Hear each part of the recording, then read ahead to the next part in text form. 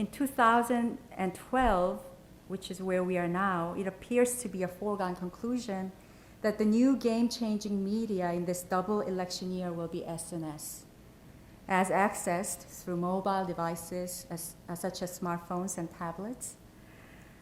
If the slogan of the leading opposition party, the United Democratic Party, is to be any indication. The term 엄지족, or the thumb tribe, has already been coined to refer to some 50% of the Korean population who are smartphone users.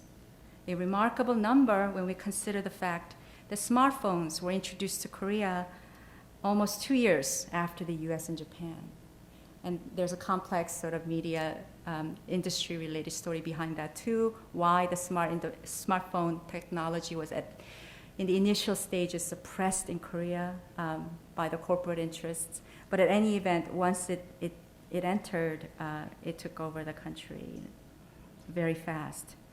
Well, it was implemented in a limited capacity, but earlier this year, it was implemented sort of full on. The United Democratic Party successfully incorporated mobile voting into their leadership election and primaries.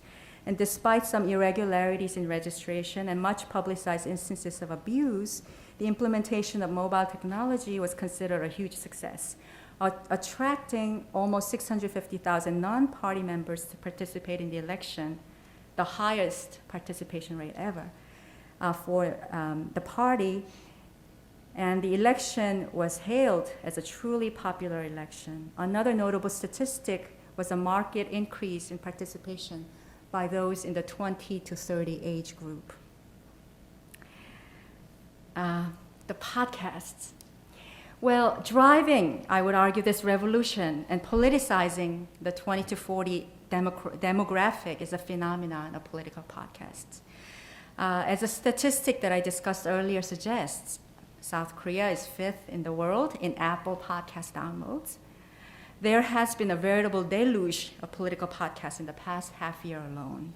Most devote the episodes to offering a harsh critique of specific policies that the current administration under President Lee Myung-bak has rammed through by strong-arming the opposition, such as the U.S.-Korea Free Trade Agreement, the controversial Four Rivers Project, the building of a naval base on Jeju Island, media consolidation, and privatization of public companies, among others. The podcasts also offer in-depth analysis of long-standing structural hurdles to South Korean democracy and target specific governmental institutions such as the prosecutors and the mafia. And the mafia is a suggestive portmanteau word created by putting together MOF, the Ministry of Finance, and the mafia. And you get where they're trying to go with this.